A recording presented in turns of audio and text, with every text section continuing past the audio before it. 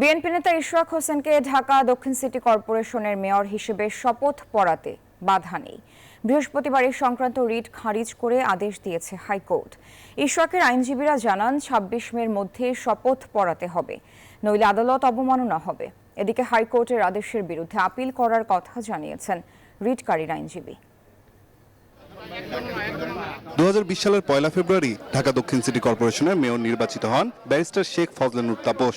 ওই নির্বাচন বাতিল চেয়ে ৩রা মার্চ মামলা করেন বিএনপি মনোনীত প্রার্থী ইশরাক হোসেন।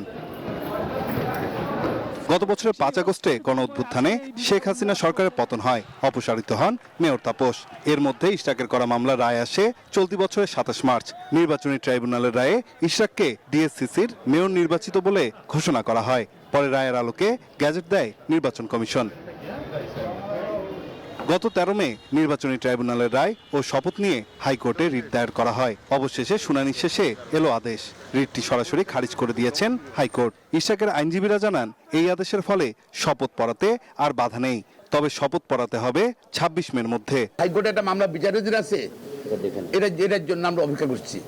শেষ হয়ে গেছে, সুতরাং তার আর কোনো জটিলতা নেই, কোনো কিছু নেই, মানবে বাধা নেই। আজকে এটা প্রমাণিত হয়েছে যে আইনি প্রক্রিয়ায় ইশরাক সাহেবকে মেয়র হিসাবে শপথ নিতে এই সংশ্লিষ্ট মন্ত্রণালয়ের আর কোনো বাধা থাকলো না।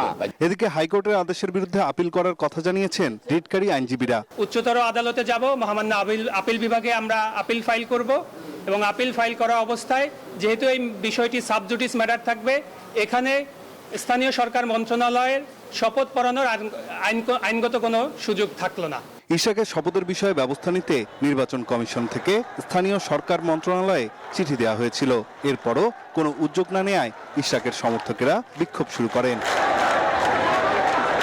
নাইম আলচিকো, নিউজ 24, ঢাকা।